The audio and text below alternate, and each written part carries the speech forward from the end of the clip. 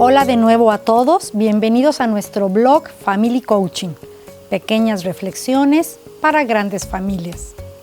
Pues hoy quiero hablarles sobre un tema muy interesante que va muy de la mano, está muy relacionado con lo que está sucediendo en este momento en el mundo, con esta contingencia, con este aislamiento que hemos vivido en todo el mundo y que nos ha repercutido mucho en nuestro estado emocional.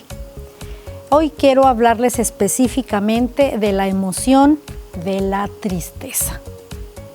La tristeza se ha considerado a lo largo de los tiempos como una emoción negativa. En otro video anterior ya hablamos sobre este tema tan interesante de las emociones. Las emociones no son ni positivas ni negativas.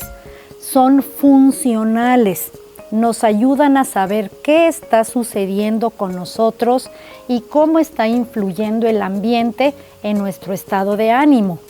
Las emociones son termómetros de nuestra personalidad. Por eso es más importante llamarlas emociones expansivas, a las que llamábamos anteriormente positivas, o emociones restrictivas, a las que llamábamos negativas. La tristeza pues es una emoción restrictiva.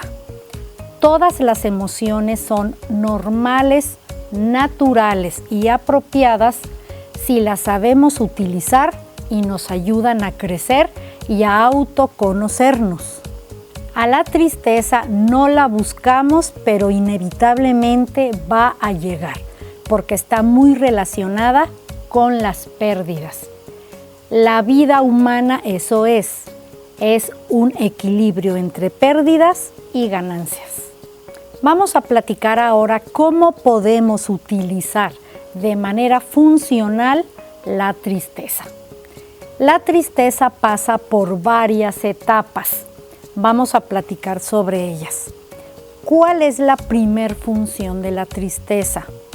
La primer función es sacarnos de la jugada, sacarnos del campo de batalla que estamos librando. Esta etapa la podemos nombrar como retirada. La función es que nos tenemos que dar un tiempo aparte, lo que conocemos como tiempo fuera, para poder enfrentar esa pérdida, esa tristeza de una mejor manera. Entonces, la primera etapa de la tristeza es la retirada. ¿Qué hace la tristeza para sacarnos del campo de batalla? Pues muy fácil, nos quita nuestra energía, nos quita nuestro estado de ánimo positivo, nos deja en un estado de desolación en donde lo único que queremos es estar solos e irnos de ahí. Entonces la primera etapa la podemos llamar como retirada. Pasamos después a una segunda etapa, a la que podríamos llamar hibernación. Es como los osos que entran en un estado de hibernación en invierno para guardar energía. En el caso de la tristeza es lo mismo. Una vez que nos hemos retirado del campo de batalla, entramos en un estado de hibernación. Es ese estado en donde surge el llanto, en donde nos victimizamos por lo que nos está pasando y no vemos todavía salida. En esta etapa, el llanto lo podemos utilizar de manera inconsciente, claro, para dos funciones. Número uno, para llamar la atención de nuestros seres queridos y de nosotros mismos. Es una manera de indicar, me está pasando algo, ayúdenme. Y la segunda función del llanto, pues obviamente es esa liberación de toda esa energía que nos está sobrecargando. En este estado de hibernación también estamos en una etapa de victimización, en donde sentimos que esa persona que nos hirió, esa pérdida, pues no merecíamos eso que nos está pasando. Vienen preguntas de ¿por qué a mí? ¿Por qué me está pasando esto? ¿No me lo merezco? Etcétera. Una vez que pasamos la etapa de hibernación, entramos a una tercera etapa que podríamos llamar el momento de la verdad.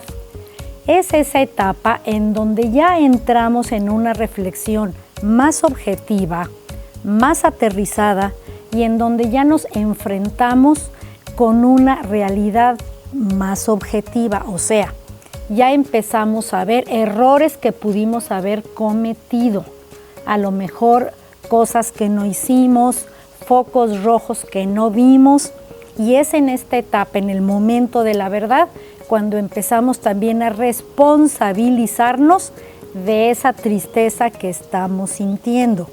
A esto le llamamos el momento de la verdad. Aquí entra ya una etapa de reflexión más profunda. Entramos en una cuarta etapa en donde podríamos llamarla la etapa del pesar y de la compasión. En esta etapa nos sentimos muy apesadumbrados porque ya vemos con mayor claridad la realidad, nuestros errores, cómo contribuimos, cosas que pudimos haber evitado, la responsabilidad de los demás. Ya tenemos una mayor claridad de esa pérdida. Entramos en un estado de pesadumbre, pero en esta etapa sucede algo muy importante. Empezamos a hacernos personas más sensibles, personas más compasivas. Empezamos a ver el pesar del vecino, de nuestra familia, problemas que antes no veíamos, y se empieza a gestar en nosotros un alma más compasiva, en donde nos empezamos a conectar con los demás. Aquí es donde empieza la verdadera función de la tristeza. Nos hacemos personas, en pocas palabras, más humanas y más conectadas con los demás, porque empezamos a entender muchas cosas que a lo mejor antes no las entendíamos. Y la última etapa la vamos a llamar esculpir nuestra alma.